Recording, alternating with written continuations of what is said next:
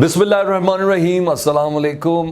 مجھے آپ کے ساتھ میں ہوں سلمان حیدر۔ جشن آزادی کی بہت بہت مبارک ہو، اور ایسی مبارک جس میں تحائف کے ملنے کا سلسلہ بھی قوم کو شروع ہو چکا ہے، اور ایک اتنا بڑا تحفہ جو ایک دن پہلے ہم نے فضول میں چند لائنوں کے اندر گفتگو کر کے ضائع کر دیا، حالانکہ اس کی ٹینڈنسی دیکھی جاتی اور اس خوشخبری کا وزن دیکھا جاتا اور اس انعام اور تحفے کو اگر گردانا جاتا تو شاید اس سے بڑا تحفہ کوئی نہیں تھا۔ کہتے ہیں نا 100 جوتوں سے کم رتبہ عالی نہیں ہوتا، ذلت وہ خزانہ ہے جو خالی نہیں ہوتا۔ یہ ہمارے ہمسائے دشمن بھارت کے لیے ہے۔ ہم نے دیکھا کہ بھارت پچھلے کئی ماہ سے تقریباً 2 سال کے اندر سے ایل او سی کی مسلسل خلاف ورزیاں، 2700 سے زیادہ خلاف ورزیاں تھیں، ورکنگ باؤنڈریز کی خلاف ورزیاں، ادھر بھی ہزیمت، جوابی اٹیک ہمارے ایسے کہ دشمن کی فوجوں کی لاشیں جا رہی ہیں، پھر فضائی حدود کی خلاف ورزی، مار بگایا ہم نے، ہماری بحری فوج نے، پھر ایئر اسٹرائک کرنے کی کوشش کی گئی، ابھی نندن چائے کپ اور وہ جوتا لات سب آپ کو یاد ہے۔ ایسے موقع پر نا بھارت سے بن کچھ نہیں پا رہی۔ الیکشن میں اپنے جھوٹے ٹوپی ڈراموں کے بعد مودی صاحب الیکٹ بھی ہو گئے۔ کل آئی ایس پی آر کی جانب سے ایک اناؤنسمنٹ ہوئی، اتنی بڑی اناؤنسمنٹ تھی جس کو ہم نے بہت ایزی لیا، حالانکہ قوم کے یوم آزادی کے موقع پر دفاع کے حوالے سے اس سے بڑی خوشخبری کوئی نہیں تھی۔ وہ یہ تھا کہ پاکستانی حساس اداروں نے بھارت کا ایک بہت بڑا سائبر حملہ ناکام بنایا۔ پاکستان کی سرکاری اور دفاعی حکام موبائل فونز اور دیگر آلات کو یہ ہیک کرنا چاہ رہے تھے۔ دشمن کے خفیہ اداروں کے مختلف اہداف تھے جس کی باقاعدہ تحقیقات کا آغاز بھی کر دیا گیا۔ یہ اتنی سی خبر ہر ٹی وی اسکرین پر آپ کے سامنے تھی۔ ظاہری بات ہے آئی ایس پی آر نے اتنا ہی پینٹ کیا تھا جس کو ہم لوگ ڈسکرائب کر سکتے تھے۔ میں کچھ انسائڈرز آپ کے ساتھ شیئر کرنا چاہتا ہوں جس کی وجہ سے مجھے ایسا لگتا ہے کہ یہ خوشخبری محسوس کرنے میں اور اس انعام کو، اس تحفے کو لینے میں ہم نے تھوڑی کنجوسی کی ہے۔ تو میں آپ کو بتاؤں، ایسے موقع پہ جب ہم دیکھ رہے ہیں کہ ایران پر جولائی کے مہینے میں 4 سائبر اٹیک ہوئے جس کے بنا پر نہ صرف بھاری جانی نقصان ہوا، سینٹریفیوجز کا ویئر ہاؤس کا نقصان ہوا، ایک کلینک کا نام دیا گیا، ایک کلینک کا نقصان ہوا، حالانکہ وہاں بھی ایٹمی ٹیکنالوجی کے حوالے سے وہاں کچھ کام ہو رہا تھا۔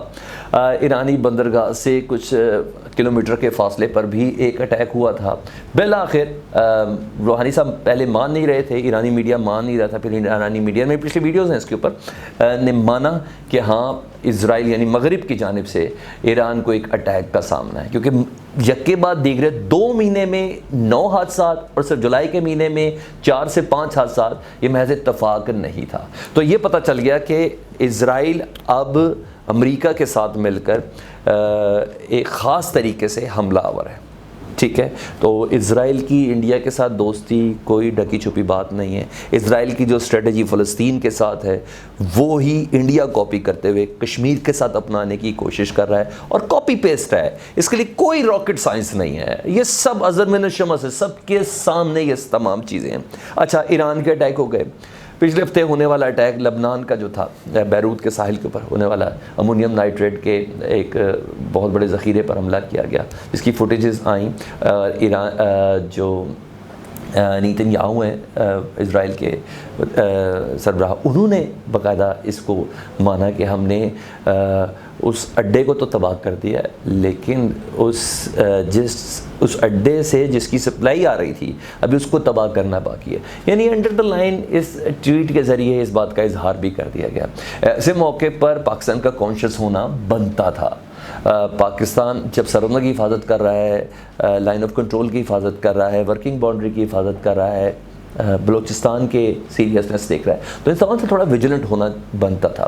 اور ایسے میں سائبر اٹیک کی یہ ناکامی محض آئی ایس پی آر کی یہ اسٹیٹمنٹ کہ پاکستان نے بھارت کی جانب سے ایک بہت بڑا سائبر حملہ ناکام بنا دیا ہے، یہ اتنی آسان بات ہم اس کو لے لیں؟ نہیں، اتنی آسان نہیں تھی۔ اور مقصد کیا ہے جی؟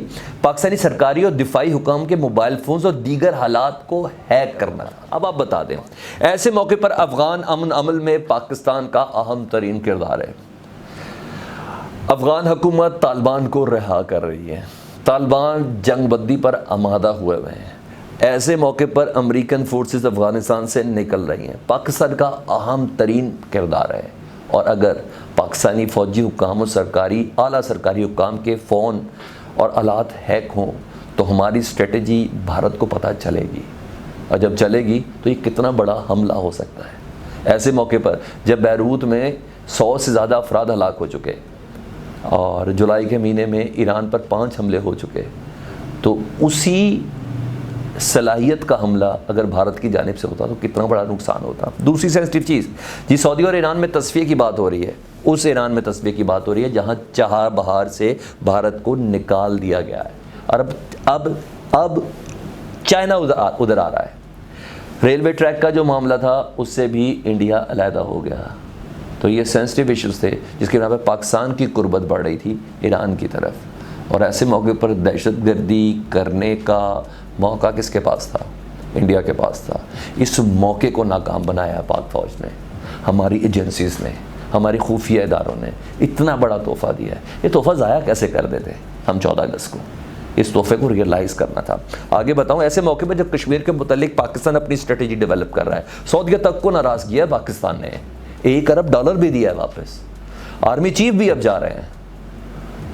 یہ نہیں پتا کہ اس کی مفاہمت کرنے جا رہے ہیں یا اپنا سٹانس کلیئر کرنے جا رہے ہیں، مجھے ایسا لگتا ہے جیسے اپنا سٹانس کلیئر کرنے جا رہے ہیں۔ ایسے موقع پر اگر ہماری پلاننگ کا، یعنی جیسے کہ میں نے بتایا ISPR کہہ رہا ہے کہ دفاعی حکام اور پاکستانی سرکاری اداروں کے موبائل فون اگر ہیک ہوتے تو ہماری پلاننگ اور دیگر دفاعی آلات اگر ہیک ہوتے تو کتنا نقصان ہوتا۔ تو ہمیں احسان مند اور مشکور ہونا چاہیے ہماری خفیہ ایجنسیوں کا، کیونکہ وہ جاگ رہے ہیں، اس لیے ہم محفوظ ہیں۔ آگے بتاؤں، نیوکلیر، جی ہاں، نیوکلیر ویپنز ہمارے موسٹ سیکیورٹیڈ ایریا ہیں۔ اب باقاعدہ طور پر دنیا میں ابھی ریسنٹلی IAEA کی جانب سے نا، ہاں جی، انہوں نے باقاعدہ بتا دیا کہ پاکستان کا جو نیوکلیر ویپن ہے یا سینٹریفیوجز ہیں یا آپ اس کو کہہ لیں کہ ایٹمی اثاثے ہیں، سب سے ٹاپ سیکیورٹی ان کی ہے۔ جب ایک طرف سے آپ کو یہ ترہ مل رہا ہو اور دوسری طرف سے آپ کو یہ پتہ چل جائے کہ پاکستان کے خفیہ اداروں نے سائبر اٹیک کو ناکام بنایا، آپ سمجھتے ہیں یہ کتنی بڑی کامیابی ہے؟ انڈر لائن میرا خیال ہے آپ لوگوں کو سمجھ لینا چاہیے، صرف ہمیں اپریشیٹ کرنا ہے۔ اچھا، آگے بتا دیتا ہوں میں آپ کو کہ میں نے آپ کو بتایا، اور ایسے میں ISPR کی جانب سے 14 اگست سے چند گھنٹے پہلے یہ اسٹیٹمنٹ کہ 5 رافیل طیارے، 500 رافیل طیارے بھی ہوں تو پاکستانی فورسز تیار بیٹھی ہیں۔ یہاں اسلحے نہیں لڑتے، جگرے لڑتے ہیں۔ میرا خیال ہے کہ 14 اگست کے موقع پر فوج کی جانب سے، خفیہ ایجنسیز کی جانب سے ہمیں یہ تحفہ ملنا یہ واقعی اپریشیٹڈ ہے۔ ہمیں ان کو نہ صرف مبارکباد دینی چاہیے، واقعی پاکستان زندہ باد کہلانے کے یہ لوگ لائق ہیں، انہوں نے ہمیں اس قابل بنایا۔ رہی بات اس 14 اگست کو ہم نے کیسے منانا ہے، تو یہ تجدید عہد کا دن ہے جی، لحظ ثقیل سا لفظ ہے تجدید عہد نہیں، ہمیں کچھ نہایت بہتر فیصلے کرنے ہیں اپنی ذات میں، کچھ ایسا کر لیں جس کی وجہ سے ہم تیسری دنیا کے لوگ نہ کہلائیں، دوسری یا پہلی دنیا کے لوگوں میں شامل ہو جائیں۔ ہمیں اشاروں پہ کھڑا ہونے سے کوئی نہیں روک سکتا، ہمیں رکنا ہوگا۔ ہمیں ایک دوسرے کی رسپیکٹ کرنے سے کوئی نہیں روک سکتا، ہمیں رسپیکٹ کرنی ہوگی۔ ہمیں ان اداروں پہ جن سے متعلق آئین کہہ رہا ہے کہ گفتگو نہیں کرنی، اس پہ نہ گفتگو کریں تو زیادہ بہتر ہے۔ جس چیز کا پتہ نہیں اس پہ گفتگو نہ کریں تو بہتر ہے۔ ہاں، یکساں تعلیمی نظام بنانے سے ہماری حکومت کو کون روک رہا ہے؟ تو کیوں نہ عہد کریں کہ اگلے 14 اگست کو پاکستان کا تعلیمی نظام یکساں ہوگا۔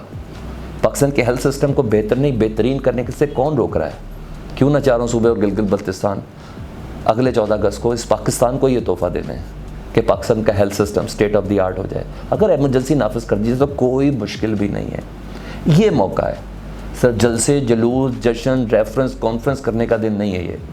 تو میرا خیال ہے کہ اگر اپنی اپنی کیپیسٹی میں یہ بات کر دی جائے تو صحیح 14 اگست منانے کا یہ وقت ہے۔